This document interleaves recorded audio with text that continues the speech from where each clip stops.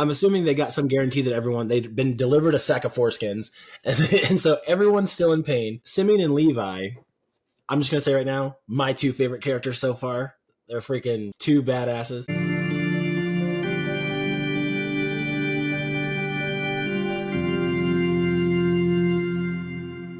Hey, everybody. Welcome back to Eating the Apple. I'm Jeff. I'm Chris. And today we're going to be picking up where we left off with the last episode with Genesis chapter 32. When we last met our heroes, Jacob was separating himself from Laban. They had found an amicable split. They decided that we're going to set this stone in the ground. You'll stay on that side of the stone. I'll stay on this side of the stone, and we'll leave each other alone. Jacob was going to take all of Laban's stuff, and Laban was going to quit complaining about it. Now, refresh my memory. Jacob already is Israel as well at this point. No, a little bit of foreshadowing. What do you mean? I thought he had already been I thought God had already told him, you're going to be called Israel now. But it happens a couple of times, and I just try to remember. Yeah, absolutely. It happens a couple of times, and then they also forget to call him that. So I'm trying to remember. Yeah, honestly, I did not remember that. So no, it's actually it's in chapter 32 that we're going to be introduced to this God character that loves a good wrestling match. Yeah. So with that foreshadowing, let's go ahead and get into it. So at the beginning of chapter 32, Jacob. So they've already split from Laban. He's already met Laban's camp, and has two camps met in quarrelsome conditions and have separated on amicable terms. He now anticipates meeting Esau's camp, and also anticipating a quarrelsome interaction. Right. When they separated, Esau was, threatening to kill him. So Jacob was cast away. He was like, get out of here quick, because your brother's on a rampage. Yeah, and so it's been, since then I don't know how many years it's been, but it's been long enough for Jacob to have 11 children, I think. So he's really pretty, and 4 wives. 11 children, that's crazy enough. 4 wives, holy cow. Yep. Traditional marriage. Two wives technically, but and concubines, yeah. Yeah, 2 and 2. So anyway, Jacob sends a messenger forth and says, okay, so never mind. Well, it starts out with him seeing God's camp. Right, yeah, the angels of God, that's right. And they said to him, this is the camp of God, Mahanaim, I don't know, I'm not sure what meaning that has. But probably means God's camp. Probably, yeah, I wonder how many tents God has. Yeah, one big one at least. Yeah. So he instructs him. He's like, hey, so you're going to encounter Esau, and you're going to. He instructs him on how to handle the situation, right? It says, "This is what you are to say to my lord Esau. Your servant Jacob says, I have been staying with Laban and have remained there till now. I have cattle, donkeys, sheep, and goats, male and female servants. Now I'm sending this message to you that I might find favor in your eyes." I guess that's confusing to me. What are we to make of this fact that he stumbles upon God's camp, and then, okay, so we're in Edom. Edom is also is Esau's second name, means red, right? So yeah, so now I think they just tossed that part in to explain why the place is called what it's called. I don't think it has any significance other than that, unless again we're missing, some context, some other books or whatever. Okay, fair enough. So he sends a cohort ahead to meet his brother, and sends a lot of, basically a showing of both his wealth and kind of an apology. Would you say he's like, here's all these things? It's definitely he's prepared a bunch of his flocks and possessions as gifts, to give him. I don't understand, if my brother wanted to kill me, I don't think sending him a care package would deter him. You know what I mean? I don't understand the thought process. Well, I'm wondering, if you are Jacob and you have this history and it's all this time has passed, what are you going to do? You're like, okay, it's time to have this little tete-a-tete or whatever. I have to at least do something. If I'm going to go out, I'm going to go out with my head held high, I guess. Yeah. Yeah, so sends his servant forth, says, hey, tell Esau about all of these things we have. And when the messenger returns, when the servant returns, he said, yeah, I saw Esau, and he's got 400 men. And he's coming to meet you. Like, he's aware of you and which direction you're heading. So at this point, Jacob divides his flock. He's like, Mm-hmm. all right, so what we're going to do then is like, we're basically going to set up a diversion. Like, if he comes this way, we'll escape with this half. If he comes this way, we'll escape with this half, right? So, I mean, I'm not sure how much to read into it, but we get that image of division again, things being divided. Again, not sure if it's worth reading into there, but it's something that happens. No. I mean, it does seem a little odd because there's a line in there. He says, I had nothing and now I've become two camps. Like, what? I don't understand if there's a significance having two instead of one big one, but sure. So at that point, he divides his flock and he reminds God. He's like, hey, so just so that we're clear, like, you did say that you were going to bless me, right? That my descendants would be multiple, right? Because my brother's coming and it sounds like he wants to disagree with you, right? So he camps out waiting to see what his brother's going to do. Just basically hunkers down. Now I'm going to go over the gifts that he selected for Esau, because the numbers are interesting, and I'm not sure if there's like some sort of numerology quality associated with this, but I've read this a few times, and I just wanted to see if any of this pops out to you. 200 female goats. Go ahead. No, I was just going to say, I've also kind of read over it, and it just doesn't stand out to me as a numerological significance. Okay. I'm not super familiar with, ancient Judaic numerology or whatever, but just in general, I'm not catching that. Okay. So let's see. 200 female goats and 20 male goats. So a 10-to-1 ratio on goats. 200 ewes and 20 rams. So again, 10-to-1. 30 female camels with their young, 40 cows and 10 bulls, and 20 female donkeys and 10 male donkeys. So a 2-to-1 ratio on the female to male donkeys. Mm-hmm. Okay, so if there's nothing numerological there, then let's think of the practical application of all of that. Like, those are very round numbers, first off. 200, 20, 20, 10, 30, 40, and 10. Like, these are all very round numbers. I'm wondering, is that a number that's just easy to herd, or will that have significance to Esau whenever he sees that? He's like, is that 200 ewes I count? Like, okay. Like, I think it was just think of it this way. You're going to prepare the gift for your brother or whatever, and you're going to give him some of your flocks. Is it easier to say, take those 47 or just, 200? But also like the 10-to-1 and all that. And then it kind of comes down. You don't really eat camels. You don't eat donkeys. So I think that's the difference between the males and females. The males. So the 200 to 20, you think that's enough for eating and enough for reproducing. Okay. Gotcha.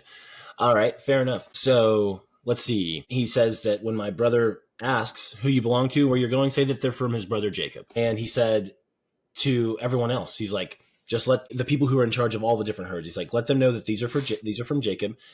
And these are meant to be these are a pacification. These are an apology. Like, I mean, I'm trying to apologize for past transgressions. Let them know that this is from Jacob.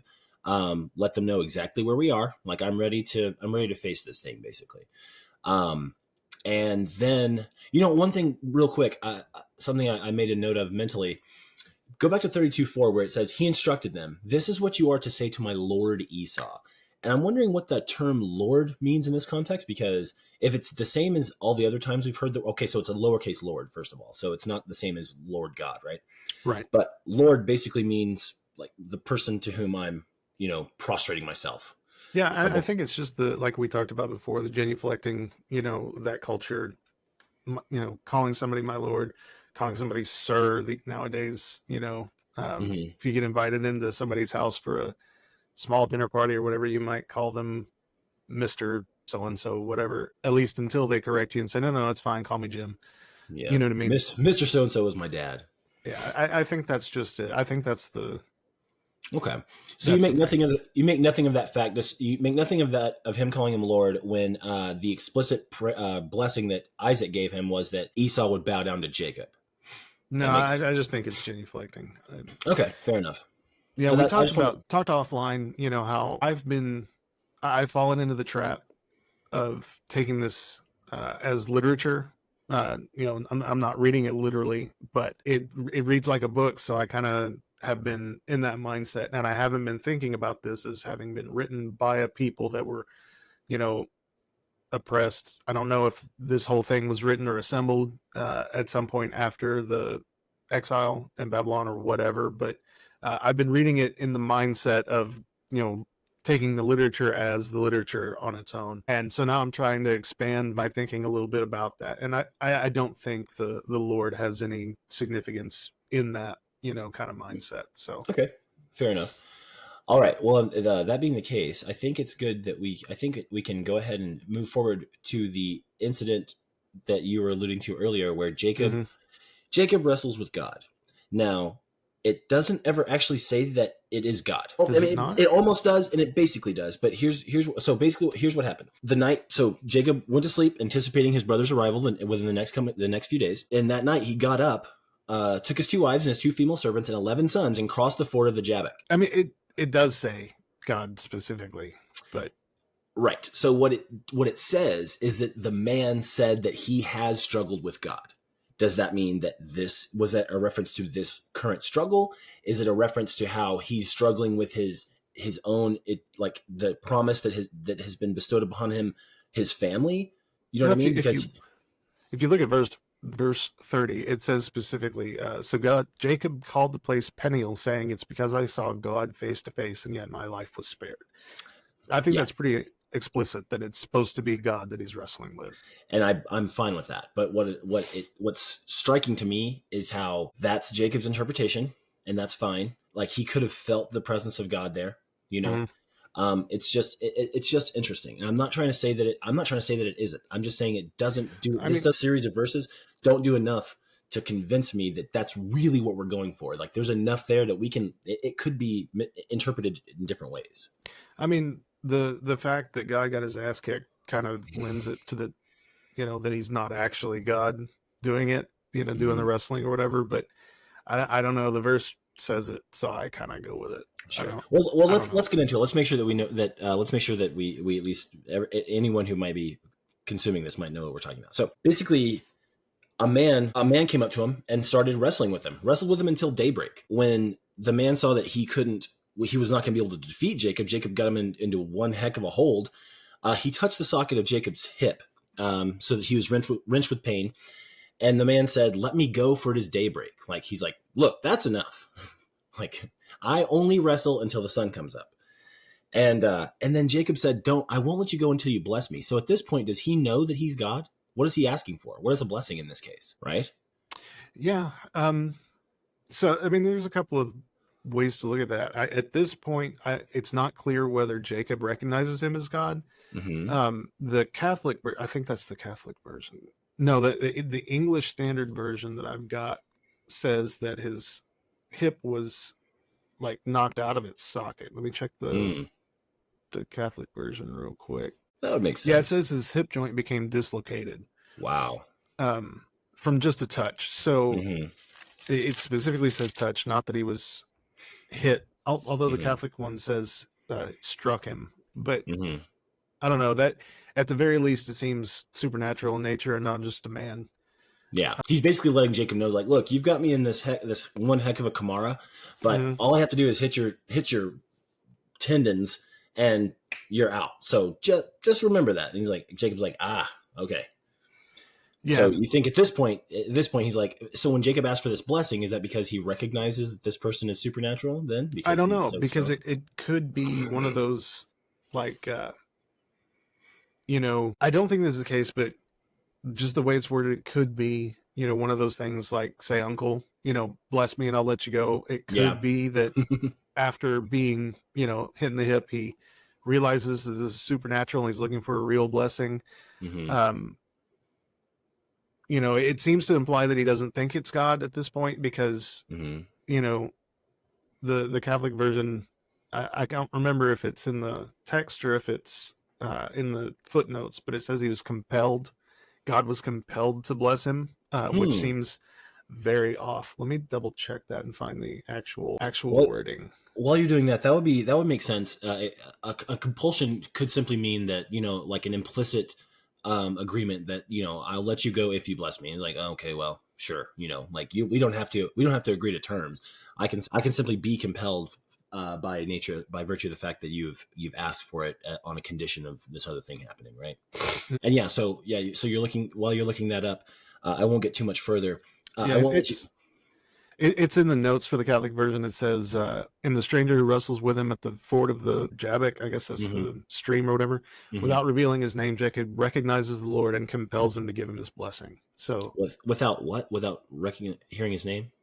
Jacob recognizes, says, without revealing his name, right. Jacob recognizes the Lord. So, without God revealing his name to Jacob, he recognizes him at that point and then compels him to give him his blessing. It says this is a confirmation of the patriarchal blessing which he had received from his father and also from the Lord earlier. Right. Okay. Fine. Great. Good. I like that. Okay. And then he says, "So I won't let you go until you bless me." And then he's like, and then the man asks, "What's your name?" Right. Jacob says, "Jacob." Well, at first he says, "Why do you ask my name?" Who says that? Jacob does. He says, "Why do you ask?" Oh no. That's later. It says. Yeah. Jacob says, "Please tell me your name." And he replied, "Why do you ask my name?" And then he blessed him. Right. So before that, he says, "What's your name?" He says, "Jacob." And he said, "Well, not anymore." Okay. You're right. Yeah. He says, "Not anymore. Your name is no longer Jacob, but Israel, because you have struggled with God and humans and have overcome." My assumption there is that the struggle with God is this superficial wrestling match, and the struggle with humans have been his entire life before that. You know what I mean? Yeah. It's him stealing Esau's birthright. It's getting one over on Laban, but really getting what he's owed, like laboring first and then getting the receipts of that labor, and then finally fessing up to all of his transgressions and giving, like, basically it's not until he's willing to face all of the crap that he's done that God appears before him, right? He's like, all right. Oh, he's not prepared to face up to it. Well, that's true. He sends a gift, but this is all more deception. He's about to lie to his brother again. Yeah, you're absolutely right. But I mean, to me, reading it as a narrative, it seems that this is the way it goes. But you're absolutely right. Jacob has a nature. Jacob is a certain way. I mean, it could be that way, I guess, but it's just a way to interpret it. Even before reading, the part that's coming, I didn't get that impression. Yeah. So he says, and then Jacob said, or Israel, again, since you mentioned it before, it's going to go kind of back and forth. I wouldn't mind stopping and kind of like looking into under what circumstances we hear the word Jacob and the name Jacob and the name Israel used, like if there's different scenarios. That's a good idea. I'm going to write that down. But anyway, Jacob said, "Okay, now what's your name?" And he said, "Why do you ask my name?" And then he blessed him, as if to say, I mean, if this were a man, it would be odd, but because it's God, he's like, "Do you really need me to say it?" He's like, "Yeah." He's like, take 2 steps and tell me what my name is. Can you walk without a limp? You know who I am. Kind of neat. I think that's kind of neat. Kind of a flex. Also, do you have any notes on that specifically? Because I have something. On which part? On the of Jacob asking God's name, and God saying, "Why do you want to know my name?" I didn't write anything down that I can remember. So in Judges 13:18, Manoah is I don't know the entire story of Manoah, but the NIV has a footnote, so I chased that down a little bit. Right. He there's an angel of the Lord visiting Manoah, and he's preparing a sacrifice for this angel. He knows he's an angel. He doesn't know he's an angel of the Lord. He knows he's supernatural. And he's like basically testing him with all these things. He's like, I forget how the exact verse plays out, but he's like, what do you think of this? What do you think of this? Basically kind of like trying to suss out the nature of this angel, this angel's nature. And he finally says, "Okay, how about this? What is your name? That way, whenever all the things that you're saying are going to happen, I'll know who to give credit to." And the angel says, "Why do you want to know my name?" He says the same thing. Or he says, "Why do you ask my name?" And it's a replay. It's basically saying, like, all the things I've told you, how would I know them? And all the things I'm saying are going to happen, why would I say them if I didn't already know all these other things? You don't need to know my name. I thought that was kind of neat. That was kind of a fun way to kind of kick that can. And then finally Manoah he kills a goat, puts a bunch of grain on an altar, sets it on fire, and the angel escapes through the flames, like goes towards the sky. Well, kind of neat. So now Jacob gets this name Israel, right? Mm-hmm. And he calls the place Peniel because that's where he saw God face to face, and yet his life was spared. I guess that is there a history of when you see God, you die? I mean, is that what usually happens? Because I feel like a lot of these, everyone in Jacob's lineage loves seeing God. So God says, "Don't be afraid" a lot when he's talking to people. Yeah. Also, true. When I think it was Hagar saw him face to face when she ran out into the wilderness, and she was afraid that she was going to die because she saw the face of God. I think I remember that correctly. I want to say Hagar saw an angel of God. Well, okay, so there's a lot of times I've heard from other sources. I think particularly Barterman, because I watch his podcast a lot. But I think he mentioned that the difference between the Lord appearing to you and an angel of the Lord appearing to you in the text is it's not much of a difference. It's like a difference without a distinction. It's academic. Or distinction without a difference. Mm-hmm. But in that specific verse, I thought that it said that an angel of the Lord appeared to her, but then it was revealed, like she knew it was actually God, or the verse. I should.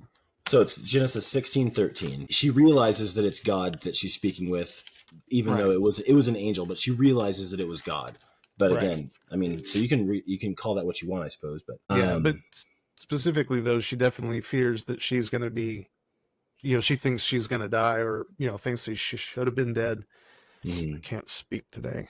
No worries. Yeah. So again, in 16, that character is referred to as an angel of the Lord over and over. So again, okay, fair enough. I mean, and God appears before these characters as an angel several times. And I'm starting to wonder if that is simply, the nomenclature that you can't look upon God himself. Like he has to appear as a man, as an angel, like things like that. Like if you were to witness, or maybe God can only manifest in ways that we understand or that they understand. Right? Yeah, it could be.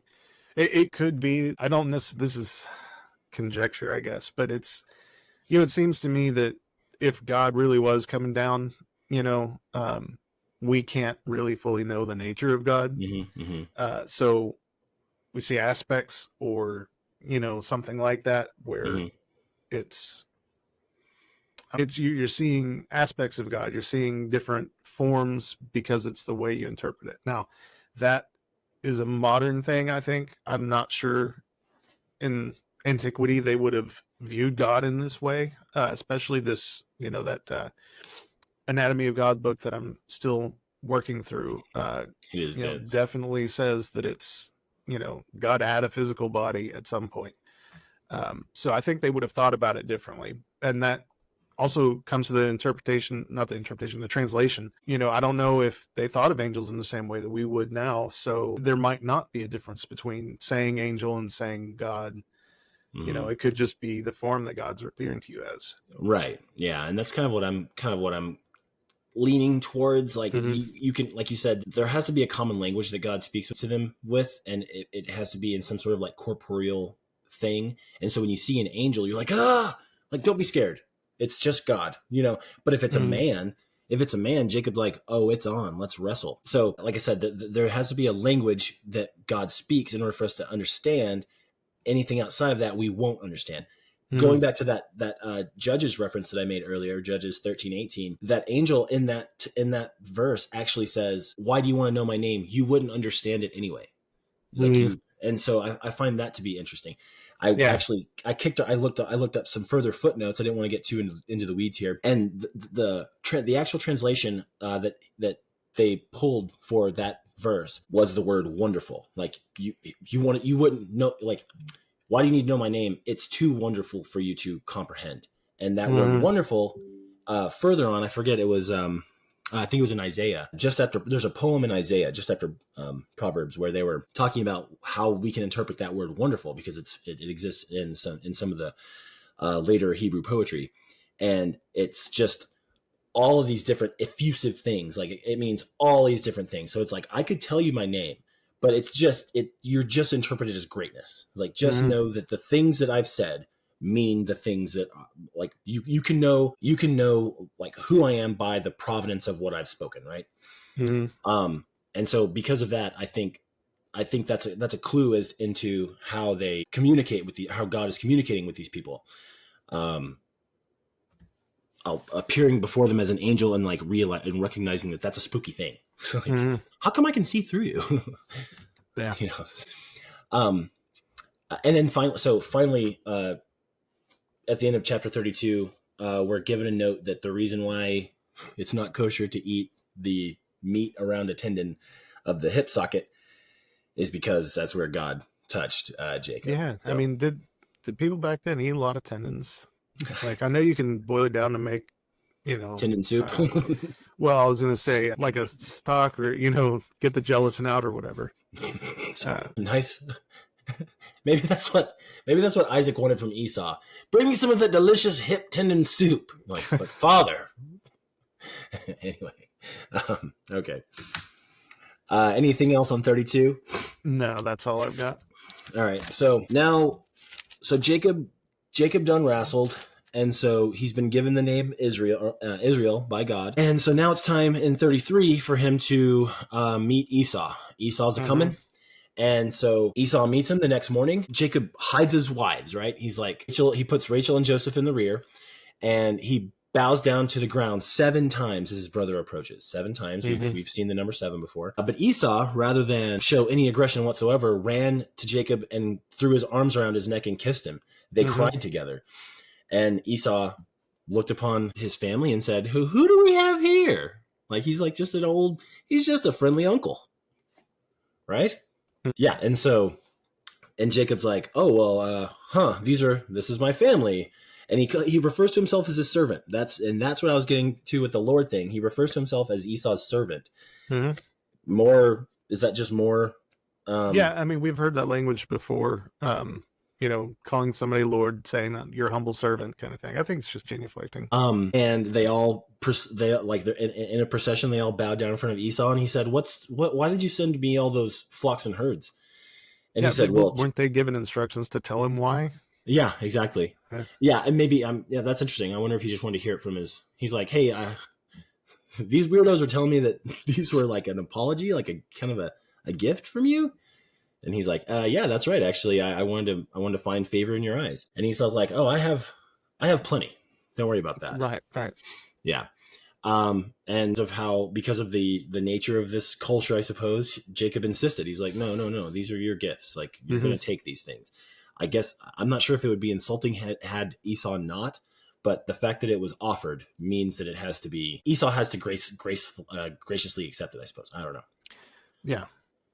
I think like the language, if I found favor in your eyes, I think he repeats that a few times or something similar to it. I just think that lends, right, to that genuflecting thing to me, kind of diluting the significance of calling him Lord and your servant and all that stuff. Yeah, no, you're absolutely right. So Esau said, okay, he's like, you're headed this way. I was headed that way. Let's join forces and let's go on together. And Esau said, can I leave some of my men with you to help watch your herds and help defend you, I suppose? And that's when Jacob says what you said. He said, like, just so long as I have favor in your eyes. He's like, that's all I care about. I don't care about all this other stuff. Like, he's still in, genuflecting mode. He's like, yeah. And also, this is very clearly after he wrestled with God and got the new name, but they're still calling him Jacob. We mentioned that. I wanted to kind of make a mental note of it so we can keep track of it. Yeah, no, that's perfect. Yeah. But yeah, so no one has referred to him by anything other than brother so far yet. But as far as the reader's concerned, he's still being referred to as Jacob for us, right? Jacob asked. Jacob, however, went to Succoth, and so on and so forth. Succoth, by the way, means shelters for his livestock, I guess, because he went to build a shelter. He built a place for himself and made shelters for his livestock. That's why it's called Succoth. And then it says, after Jacob came from Paddan Aram, he arrived safely in the city of Shechem in Canaan and camped within sight of the city. For 100 pieces of silver, he bought from the sons of Hamor, the father of Shechem, the plot of ground where he pitched his tent. He set up an altar and called it Elohe Israel. what does that? Do you know what that means? It El is the God of means Israel. Mighty El is is the the God God of of Israel. Israel. Yeah. Yeah. Okay. So basically, yeah, just a sacrament Yeah. to And the God also, that he. so one, that's the first instance where somebody is referring to him as Israel because Mm, it's El Elohe Israel. mm-hmm. But also, if you look at that phrase, it's El is in there 3 times. And have we had a reference to Yahweh specifically so far, or is it still all El? Yeah, no, that's a good question. You mean I would have to go back to like the first like Genesis 1 Well, I to make know sure. that Yahweh hasn't been specifically mentioned in the translation, but I don't know about Uh, the original, the source material. yeah, that's a good question. I have no idea. That's a good question. But no, you're absolutely right. El is the God of Israel. Yeah, mighty is the God of Israel. That is so interesting. Yeah, it's in there 3 times. Before we move on to 34, just a quick note that he bought that land that he's on. He's no longer, he's a person of means. So he's able to like, instead of being like a wanderer or or borrowing or whatever, he's now a person that once had to tend someone else's flock and fields is Mm-hmm. now has sufficient means to purchase the land that he's setting up his tents and stuff on. Yeah, So it's kind of a little interesting thing there. yeah, it is. That's Um, I hadn't thought of that because the the family had money before. I guess when he ran off, he didn't take a bunch of stuff with him. I didn't even consider that. Yeah, that's true. Okay, so now we're going to get into 34, which is where I guess, I mean, to my cynical mind, this is kind of where we understand why they made such specific mention of Dinah earlier. Because, so remember, they bought the tents. Let me double check to make sure I have my terminology right. He bought from the sons of Hamor, the father of Shechem. Okay, so these people, the Shechemites, are a profligate people, or not profligate, they're what's the word when they're like many? There's a lot of. It's enough people to where they're referred to as the Shechemites, right? They camp outside of their village, right? When they get there, now we're getting into 34. Mm-hmm. And they make this very specific. So I'm going to read this. I'm going to read this the first. I'm going to read 34 1 through 4. Now Dinah, the daughter Leah had born to Jacob, went out to visit the women of the land. When Shechem, son of Hamor the Hivite, the ruler of that area, saw her, he took and raped her.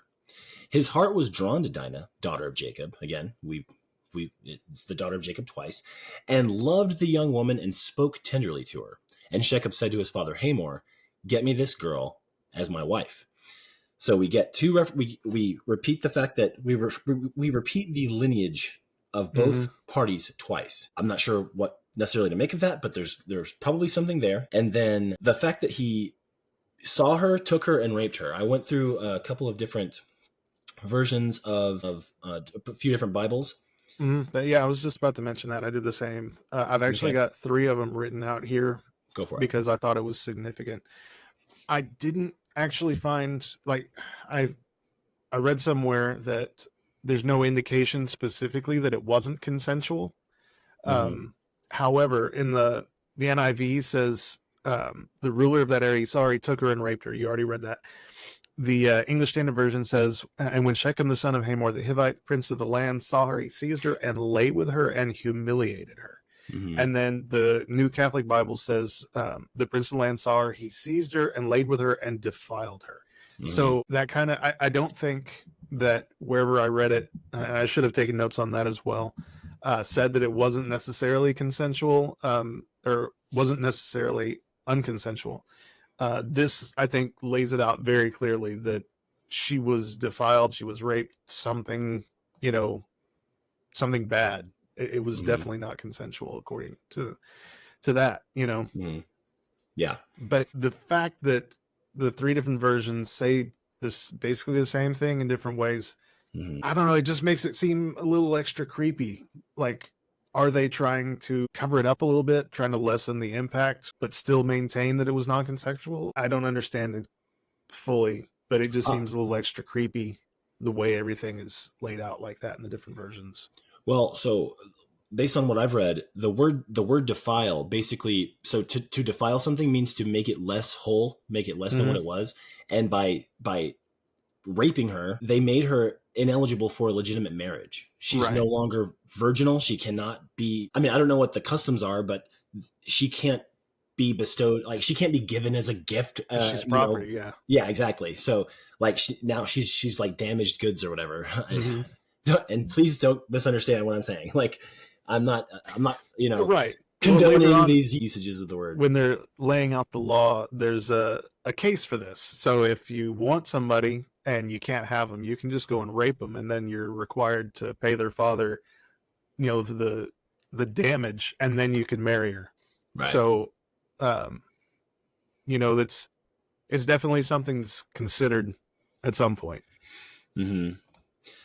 Yeah. Okay. So he loved her and spoke tenderly to her. I mean, I guess that's the least you could do, right? Like, yeah.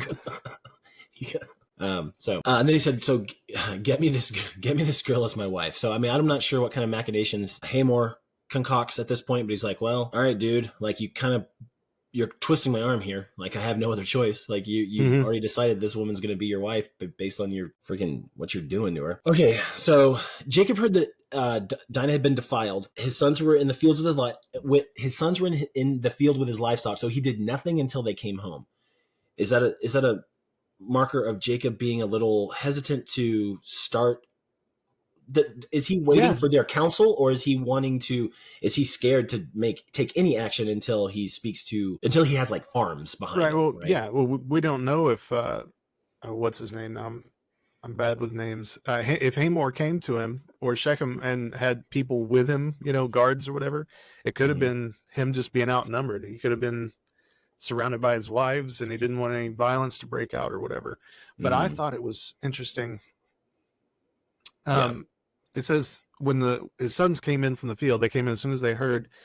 They were shocked and furious because Shechem had done an outrageous thing in Israel by sleeping with Jacob's daughter, a thing that should not be done. Are they in Israel now? Is this land that they bought? Is this considered Israel? Is this a nation now? This land? Like, well, I don't know about nation, but yeah, like he called that ground that he bought outside of Shechem, he called it Israel, right? Like that's what I'm assuming that's the idea, is like this is now the land of the Israelites or whatever. Like that's where he's going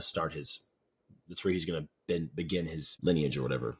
That's when. Right. But if Hamor is the ruler of the area, like, does that not apply to the land that Israel bought? You know what I mean? Like, is it interesting? Yeah. I don't know. The way it makes it sound to me is that they're in somebody else's place, but then again, having this being written or assembled or whatever, retconned after the fact, calling this Israel. It's like earlier that, trying to remember that note from the Catholic Bible that said homosexuality was, prohibited by Mosaic law and Moses hasn't even been born yet, kind of thing. So I think it's a similar thing to that. Yeah. So it says that they arrived safely at the city of Shechem in Canaan and camped within sight of the city. Then he bought that land upon which so it's technically his land, but it was also before that, it was Hamor's land, to the extent that he could sell it to him. So, right. I mean, the daughter Leah had born, so they went out to visit the women of the land. Does that mean that they were in Shechem? They went into the city, or does that mean that they were just like among the unincorporated fields that Hamor still owned, but weren't technically in Shechem? That's a good point. I don't know, but they did an outrageous thing in Israel. I don't know. What are we saying there? Okay. So like you said, it shouldn't be done. And so Hamor, let's see. Also, I'm sorry, just the language of that. Like I'm looking at these other versions, and it's like the raping is okay, but you just don't do this to Jacob. You know what I mean? Like, I don't know. The wording is. Let's see. Meanwhile, Jacob's sons had come from the fields. As soon as they'd heard what happened, they were shocked and furious because Shechem had done an outrageous thing in Israel by sleeping with Jacob's daughter, a thing that should not be done. Are we meant to understand that sleeping with is that considered extramarital?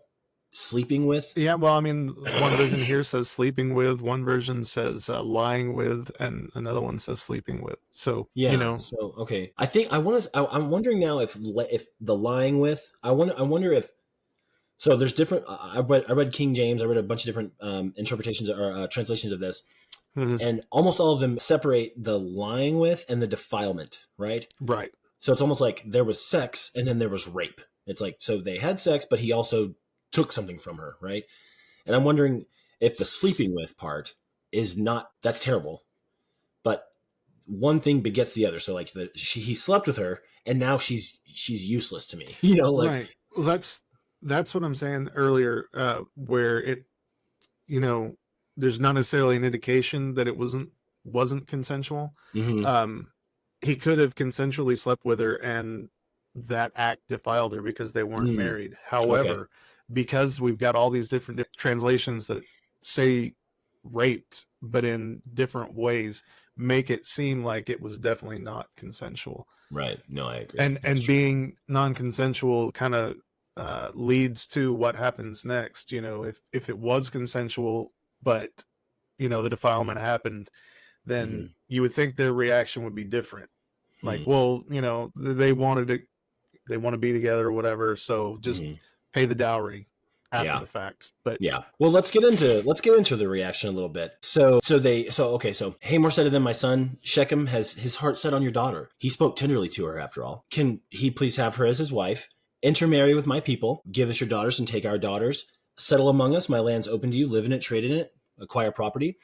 didn't he Um, already do that though? Like, it seems like this is Hamer saying this in a transactional kind of way. You know, mhm. if you do this, we'll let you settle here. You can buy property, but he's already bought the property, Yeah. Yeah. I wonder if by unless it's property. somewhere else and they've moved on. You know, I wonder if by property they don't just mean land necessarily, but also like other things. Like by intermarrying with us, you won't be considered outsiders. You'll be considered part of the. You won't be like you won't be traders. You'll be people among us. Like so, yeah, I don't could know. be. But yeah, none of that is explicit here, so who knows? Yeah, so we'll intermarry and all so on and so forth. But because Dinah had been defiled, and again, we're taking the word defiled to mean like the loss of her virginal quality, right? Her ability to be transacted upon. Mm. Yeah, the Catholic version also has dishonored there. So hmm. Yeah, I personally like that. I like that word better. I mean, it's yeah, exactly. That's why I brought it up. especially given what the reaction is. Okay, Jacob's sons now speak deceitfully to Shechem and Hamor. Um, we can't intermarry with you. We can't give our sister to a man who's not circumcised. That would be disgraceful. What we'll do is we'll enter into this agreement with you. And again, this is Dinah's brothers Right. And using is her. Jacob just standing by going, yeah, yeah. Mm. Well, yeah, and Jacob being the deceiver is probably like, let's see what these kids can do. Like, Yeah, it let's see could what. be. Um, Use your training. yeah, exactly. Like my young Padawan, circumcise all your males, then we'll intermarry with you, and so on and so forth. But if you don't agree to those terms, we're going to take our sister. We're going to GTFO. Mm. Hamor and Shechem agreed to it, and they said, "Okie dokie, we'll go out. We will circumcise all of our males," and they did. And it says he was delighted to do so. You know what I mean? Hmm, He's mhm. excited. He wants this woman. He's like, yeah, yeah, we'll cut off a foreskin. But like the whole city did, you know? I understand he's the ruler, but you know, I don't understand the concept of my king saying, you know, I understand I'm a thief essentially of this king. I have to do what he says, but like if he says circumcise all the dudes in my house, I don't know. You know, it Well, might take some convincing. what's good about that is once they do consent to being circumcised, nothing bad ever happens to them again. Yeah. So anyway, Well, they're part of God's clan at that point, right? that's right. So they have nothing to worry about. So anyway, 3 days later, I'm assuming they got some guarantee that they'd been delivered a sack of foreskins, and so everyone's still in pain. Simeon and Levi, I'm just gonna say right now, my two favorite characters so far. They're freaking two badasses. They took their swords and attacked the unsuspecting city, killing every male. Mm-hmm. They put Hamor and his son Shechem to the sword and took Dinah from Shechem's house and left. The sons of Jacob came upon the dead bodies and looted the city where their sister had been defiled. They seized their flocks and herds and donkeys and everything else of theirs in the city and out in the fields. They carried off all their wealth and all their women and children, taking as plunder everything in their houses. They left these two dudes who had the gall Okay. to come to the fields and ask them for this transaction. They left them with nothing except for corpses. So was it just the two brothers that did this, or did they take? It says they took their swords. Does that include, you know, the people in their house that could have helped, or is it just the two? Yeah, that's a good question. Is swords a euphemism for like able-bodied men with swords, Yeah, or is it like just like were they just dual wielding, I just going think in there hacking? I think it's also pertinent to point out again with the Exodus book that I read by Friedman. He specifically says, I keep saying specifically like he's an authority or somebody. All of this is speculation at some point. But the Levites, Levi was not an actual person. He was inserted later, and so at this point, there would have been no Levi to be a part of this. It was a later insertion to justify the Exodus story and stuff. I mentioned it in the previous episode. In case somebody hasn't seen it, he mentions that the Levites were the ones that were in Egypt as slaves and came out and joined up with the existing Canaanites that were already or becoming Israel at that point. So this would have been an insertion. Maybe the story happened and they just put Levi's name in there, but it seems he makes a pretty good point for this, that Levi wouldn't have been there. Yeah, that's interesting. I wonder what should we make of that? I don't know that we have to make anything of it, because at this point it's not an origin of the universe story, but it's still essentially the origin of Israel that's being told. So it's, even if you take this seriously, the Bible's true and all of this, you can take it metaphorically. You can take it as, this is just a story to set up what happened. I wonder though if this get to the place we are. Well, I wonder though that if this story would have existed before Levi's insertion. Does this event take place narratively before Levi's concocted or inserted or whatever? I don't know. Because this is a badass story, and it is. It has massive ramifications on. It's the kind of thing where if one of my kids got hurt by somebody intentionally, once everybody's safe and everything else, I go to bed. I'm sitting there laying there. I'm thinking, I'm like, what would be a badass way to get back, to get the retribution, that kind of thing. Yeah. That's what it seems like. Kendrick Lamar in one of his songs has a line where he says, I'm gonna have to paraphrase because I haven't heard it in a while, but it's like, if someone did ill against his family and he comes up on him, shoots him, throws the gun that he uses to kill the guy in his lap, then goes to the cops and says yeah, that was me.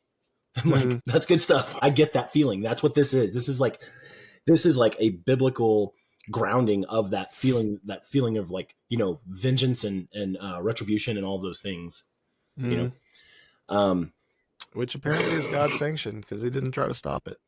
That's true. Neither did Jacob. I mean, Jacob, and then so Jacob didn't try to stop it, but he was he's that typical father where it's what have you done? He's like, you've made me obnoxious to the Canaanites and the Perizzites, who are few in number, and if they join forces against me and attack me, I and my household will be destroyed.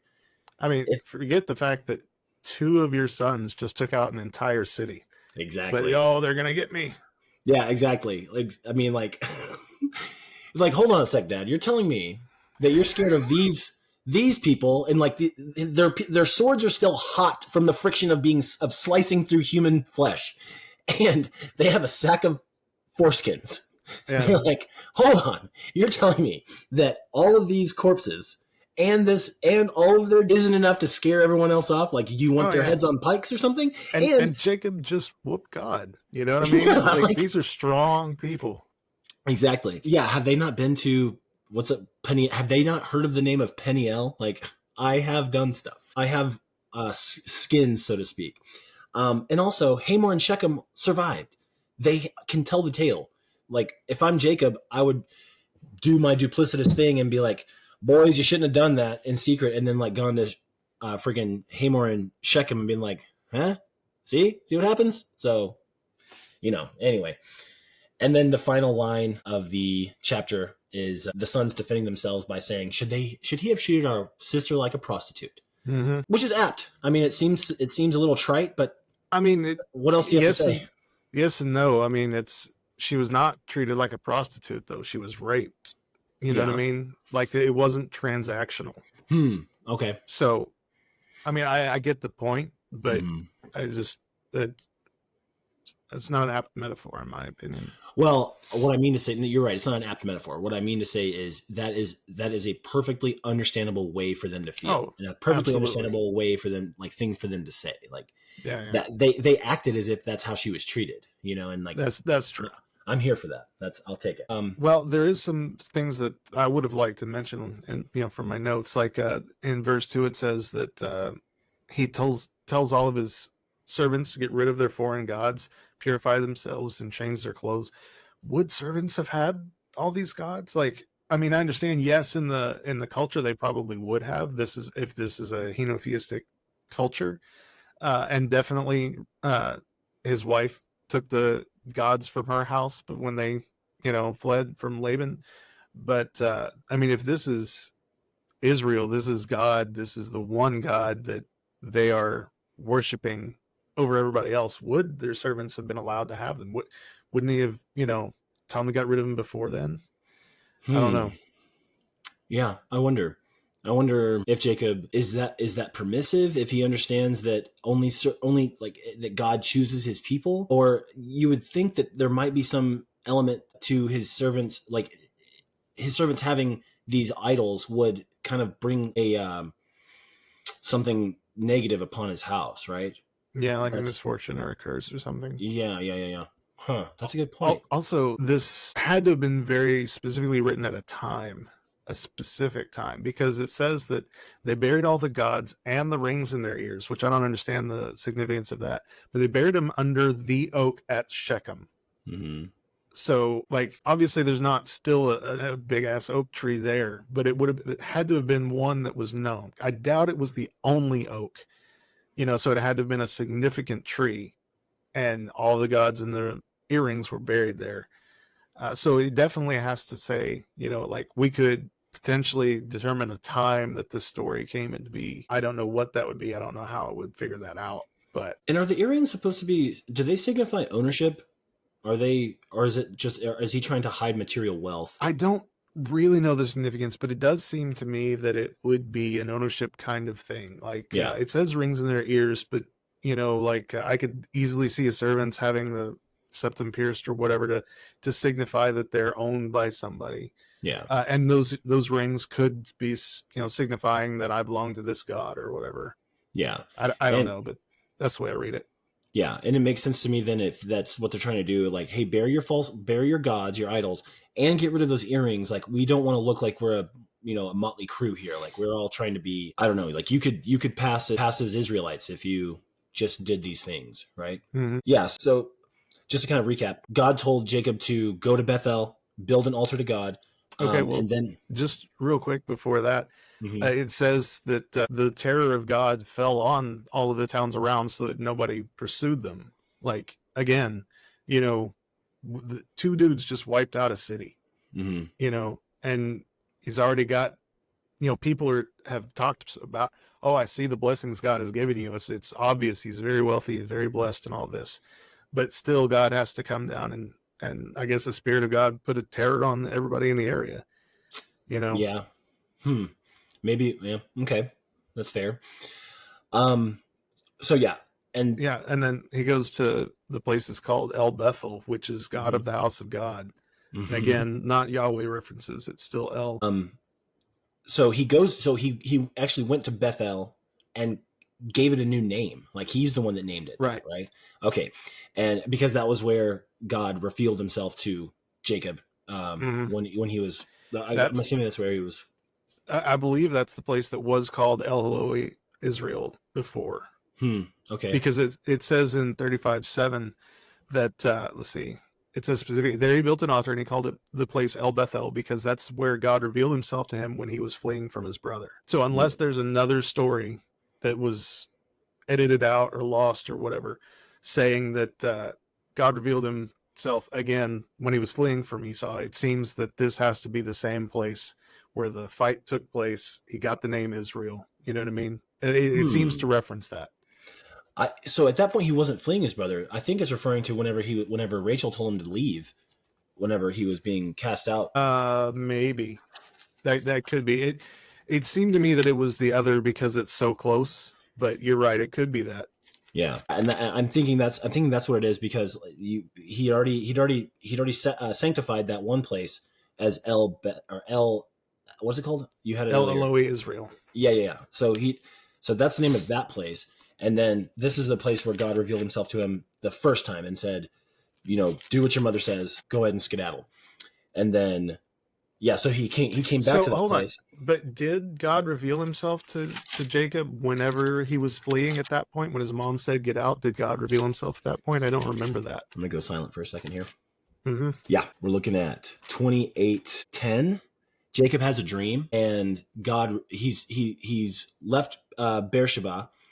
He has a dream on his way to Haran, and God reveals himself to him in that dream. Okay. And Jacob made a vow saying, if God will be with me and will watch over me on this journey I'm taking and will give me food to eat and clothes to wear so that I return safely to my father's household, then the Lord will be my God. And this stone I have set up as a pillar will be God's house, and all that you give me, I will give you a tenth. And that's before he arrives at Paddan Aram. Right. Okay. I'm not fully convinced, but it seems plausible enough that I'm going to go under that assumption. Okay, yeah, and that's what I'm thinking. I'm thinking that's what that is, because that they call that Jacob's dream at Bethel. That's the name of the subchapter. Okay. That's the name of the little section of the book. So he goes back to Bethel, and he built an altar, and he called it El Bethel, like you just said, which means what again? The house of God? God of the house of God. God of the house of God. Okay. And then Rebecca's nurse dies, Deborah, and they buried her under the oak outside of Bethel. And so it was named Alan Bakuth, which means the tree where I've buried my wife's nurse. No, I don't know what it means. Hang on. Yeah. It means oak of weeping. Ah, very good. Why wouldn't you? That's so good. Why wouldn't you say that? That is so good. That's good. So good. Okay, so Jacob goes back to Paddan Aram. He's basically retracing his steps, it would appear, and God reappears to him. And he said, your name is Jacob? This is the second time. Like I was saying, it happened more than once, and I was trying to remember if it happened previously or not. So, gotcha. Yeah, he's like, so your name is Jacob, but you will not be called Jacob. Your name will be Israel. So he named him Israel. Like, I know that. I was there. He fought him. I remember that. And then God says to him, oh, here we go. This is good stuff. He said, I am God Almighty. Be fruitful and increase in number. A nation and a community of nations will come from you, and kings will be your descendants. The land I gave to Abraham and Isaac, I will also give to you, and I will give this land to your descendants after you. Then God went up from him at the place where he had talked with him. Jacob set up a stone pillar. And so it says, I'll give this land to your descendants after you. Is that a general thing? Like his descendants are the inhabitants of this land. This is their land. Or he says kings will come from you. Is there someone in each generation like this? Because it skipped over the firstborn a couple of times.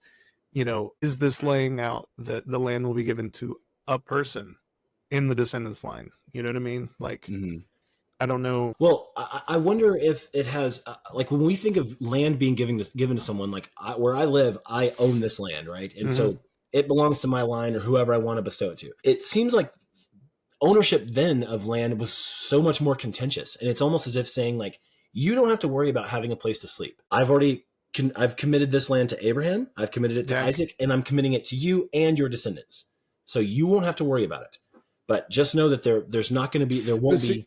That's what I'm getting at though. Like a lot of their descendants become these other peoples, and then God wipes them out. You know what I mean? So clearly he's not giving it to all of his descendants. So, is it just the select few of the lineage that he chooses? Or is it somebody like, is there going to be a king, this Messiah that, is what it's called, the king of the Israelites or whatever? Is the ownership bestowed that way through that line of kings? Or is it the people? Yeah, that's a really good point. That's interesting, and hopefully, we'll have clarity of mind to think of that whenever those things start to happen. I will give this land to your descendants after you. Yeah, I'm not sure if he means literally everyone or a select few, just certain ones that carry the promise or show the same like metal that his lineage has shown that's so what far. I'm getting at. Like it skipped people, the firstborn, a couple of times. God's choosing individuals, so I just don't know how far that's supposed to carry out. Right. Through this. That's fair. Yeah. And then go ahead. I was going to say, like, you could say that it's supposedly carrying out to present day. Like a lot of the United States policy is based on this being true and like having relevance, you know? Yeah. Did you have something else you want to say about it? No, I was just going to move on because Jacob sets up this stone pillar again and names it Bethel again. So I don't know how many Bethels we have, if he's renaming the same Bethel, you know? Jacob called the place where God had talked to him Bethel. Yeah, I don't know, man. There's something, it's hard for me to, I can't really criticize it because I'm sure it's something that I'm missing, but Yeah, exactly. yeah, but like you said, Bethel means house of God. So maybe it's like calling a house. It's a house of God. This is a place where I've spoken with God. I know God is here because I've seen him here. So this is Bethel. Could be that kind of thing. Yeah, it could be. That's a very good point. Okay, so then it says they moved on from Bethel. When they were still some distance from Ephrath, Rachel began to give birth and had great difficulty. Her midwife said, "Don't despair. You've had another son." She said, "Don't worry about the fact that you're dying because you've given birth. You have another son." One of her with her dying breath, she named him Ben Oni, which means son of my trouble, son of my despair, right? But or I mean, I think that also she's dying in childbirth. It could be that kind of struggle, kind of trouble. No doubt. Yeah, 100%. I mean, they make specific reference to it. They said that she's having great difficulty, and then Benoni means son of my difficulty or whatever. But then it said, so she's dead. She died. Yeah. And then in the last breath, you know, it's like dying confession. This is my son, Benoni. And then Jacob's like, "Nah, it's Ben." Yeah. No, it's not. Don't listen to her. She's dead. Rachel died and is buried on the way to Ephrath. And then this has a clarification. It says that is to say Bethlehem. We've already made reference to Ephrath. Why are we now letting us know that it's called Bethlehem? But okay, sure. Over he set up a stone. Over her tomb, Jacob set up set up a pillar. And to this day, that pillar marks Rachel's tomb. Do you know anything about that? Is that still a thing? I don't know. I could definitely see people claiming that, you know, this is the place. I don't think that anybody would necessarily claim that the pillar actually still stands, but I could totally see people trying to cash in on that and be like, "Oh, this pillar right here, yeah, that's it." You know,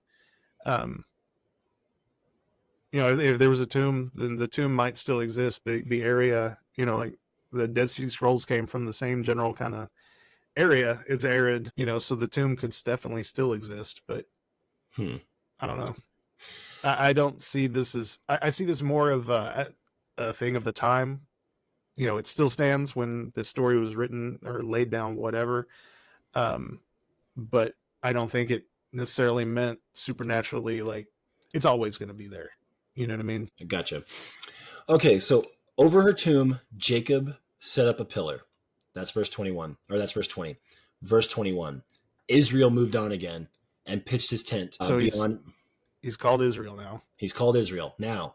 Is that because he has his entire lineage has been completed? All the kids he's going to have been had? Is that what happened? No, I mean, obviously he was renamed Israel twice now, but like, but why is he finally being referred to as Israel? Yeah, that's what I'm saying. I don't think it necessarily has anything to do with the having finished having kids, because, you know, then why wouldn't he be named that now? Like, okay, we named this place because this happened. We named this person this because this is the situation. You know, if that was the case, then why wouldn't it have said, "You're now called Israel because you've finished having kids"? You know what I mean? I don't know why it's finally. Well, I can't say finally because it goes back and forth. But I don't know why this specifically. I just, like I said, I was wanting to try to keep track and see if we can figure out why, and yet I don't see enough of a reason to. This is the first time we've seen it. We'll see if a pattern develops, but we're not going to have to read much further to see it go back to the other way. So here's the thing: He's called Jacob, then he's called Israel. Jacob means deceiver, heel grabber, what have you. I'm wondering if the sudden change to the Israel nomenclature has something to do with the fact that, like, we're no longer going to be seeing him as a deceiver. He's the same character, but the essence that the name applies is one of the fulfillment of a prophecy, or the fulfillment of, like, this lineage. Now he's not Jacob when he's in this mode. He's he's like the possessor of this promise from God, this covenant. I don't think necessarily that's the case, because he already had the covenant. He already had, like, God already told him all of this stuff before. But what I'm leaning to is that the stories flip-flop whenever, like, some stories might be told from a time before he got the name change, even though it's chronologically after in the book. So they still refer to him as Jacob. I'm pretty sure, I could be wrong, I'm pretty sure even after the Israel thing, he is, deceiving more. Like, the lies don't stop. But I'm not positive, but it just seems to me that the only logical thing I can think of at the moment is that maybe the stories were from before and they're just listed after, in the text. So like I said, it didn't. Okay. So while I guess we shouldn't skip over this. So in 22, while Israel was living in that region, oh yeah, Reuben went in and slept with his father's concubine Bilhah, and Israel heard of it. Okay. That's all we get to hear from that. That's all we get. Like, was there a pregnancy that became of it, or what happened? Well, how did Israel take it? Yeah. And so I think that only matters because we're going to hear about, whenever we hear his blessings, we hear the way Jacob bestows the blessings on all of his sons, and like how he determines who is worthy of blessing or which blessing they're worthy. That's true, because I think in the Catholic version there's a footnote that said that Levi and Simeon were also considered, lesser in the thing because they wiped out a city. Well, yeah. So Reuben's firstborn, he gets the birthright. Obviously this is the Old Testament, so no one it doesn't play by the same rules as all the other cultural things. But Reuben's a firstborn, so he has to lose his birthright somehow so that we can get that Judaic lineage, or that Judaic continuation. So the sons of Leah were Reuben, Simeon, Levi, Judah, Issachar, and Zebulun. The sons of Rachel, just a reminder, his favorite wife, the one he wanted to begin with, the one that his favorite wife and his favorite sons. Yeah. So again, Joseph and Benjamin. The sons of Rachel's servant Bilhah were Dan and Naphtali, and the sons of Leah's servant Zilpah were Gad and Asher. And these are the sons of Jacob. And Jacob moved home to where Isaac is from, and Mamre, and where both Abraham and Isaac had been. Isaac lived to be 100. Then he died. Esau and Jacob buried him. So again, they came together and not reference the deception. Like, Esau doesn't go, "Hey, where'd you go? I thought you were following me." There's no. That's just the end of it. Yeah. I would love to hear that story whenever they first meet back up. He's like, Jacob's like, "Hey, Esau, you ever heard of this town called Shechem?" And he's like, "Yeah, nice folks. Wouldn't let my daughters near them. Why do you ask?" Not anymore. He's like, "Open this bag." What is this? That's the foreskins of hundreds of dead sons of guns. Okay. So anyway. Don't mess with me. Yeah, so. It's another gift. Yeah. He's like, "What did I say about your gifts?" I said, "I don't want them." Like, "Here, I'll keep the bag. You can have these dried up little trinkets." Okay, and so we discussed ahead of time Genesis 36. This is the title of the chapter is Esau's Descendants. I'm fine with just kind of skipping over it. There's literally 100 names here. Yeah, and like it, again, even though Jacob is Israel's the one that got the birthright from Esau and everything else, it lists all these people that came from Esau's line, and they obviously became nations. Like, Esau's descendants, got at least some of the blessing. God had told Abraham, all of your descendants are going to be nations and kings and whatever. So that definitely happened here, but then God definitely, I can't say definitely, I'm pretty sure God tells the Israelites to wipe out some of these peoples.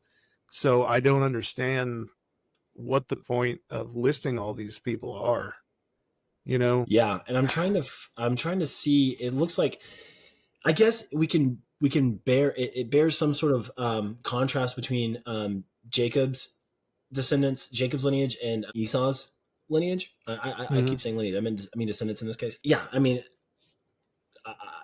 I'm just really not sure what other conclusions to draw, except it's kind of planting seeds for us to. Yeah, the notes in the Catholic version here say that Esau marries a Horite, 3620, I guess. Let's see. Mm-hmm. These are the sons of Seir the Horite. Well, but the Catholic version says Hittite. Does it? Yeah. Interesting. These are the sons of Seir the Hittite who are living among the land. But anyway, it says that he took them he obviously had already taken Canaanite wives because it pissed off his father. Ah, yes. But it says that Deuteronomy affirms that the descendants of Esau replaced the indigenous peoples. So again, Okay. this kind of leads to the promise, your descendants are going to inherit this land. Yeah. But then the preferred descendants come and take it back at some point. Okay. Yeah, interesting. Well, also, if I'm not mistaken, Edom and Israel are neighboring lands, right? Like I looked at the map whenever I was doing my reading previously, and like they share a border of some sort. Yeah, but also, like I said, I think God ordered some of these people wiped out. I'm trying to look and see if I recognize any names. Said when we first started this, I have forgotten most of my Bible knowledge, even though I have read it completely through, and also in sections like Christians do, they read a segment and move on sometimes for specific purposes. But I'm kind of skimming through, and I'm not seeing anything that stands out. And while you're doing that, let me just remind us and everyone else. This is the promise that Isaac gave to Esau. He said, "Your dwelling will be away from earth's richness, away from the dew of heaven above. You will live by the sword, and you will serve your brother. When you grow restless, you will throw his yoke from off your neck. But when you grow restless, you will throw his yoke from off your neck." So I'm assuming that this doesn't necessarily, because we've kind of come to the conclusion of their story, it might apply more to to their descendants than to them as individuals. Verse 31 says, "These were the kings who reigned in Edom before any Israelite king reigned." So clearly the Israelite kings displaced them, at the very least, if not wiped them out, pushed them away. Fair enough. Good deal. Yeah. I don't think we need to cover any more from this. No, I'm glad you mentioned that, because that's an important thing that's an important bit of context, I think. So anything else you wanted to discuss before we take off? No, not really. I have a couple of small notes, but they're inconsequential. Well, I mean, what do you got? If you want to discuss them, we can check them out. So just Esau being called Edom, did he also wrestle with God and get a new game? What's the point of that? And then also it says this is the Anna who discovered the hot springs in the desert while he was grazing the donkeys of his father. Like, there's no other mention of it. There has to be other sources that include this stuff that is not in the Bible. Maybe it was lost. Maybe they have them. It's just not included, but there seems to be no point to having that in there. Yeah, that part I'm not familiar with. I don't know about that, but the Edom part, if you want, can you chase that last thing down? That's pretty interesting. Yeah, but Edom, Esau was given that name. They made reference to Edom when he was born. Okay, and I'm wrong. Esau got the name Edom when he moved away. That's when he called him Edom, because he's red, and supposedly the land that he moved to was also red, and Edom means red. So, all right, well, I think that's going to do it for today's episode. We're going to start back up next time with chapter 37, and we're going to be starting the story of Joseph and his treatment in Egypt. Yeah, his dreams, his interpretation. He's a Dr. Phil of his time. So until then, my name is Jeff. I'm Chris. And this has been Eating the Apple.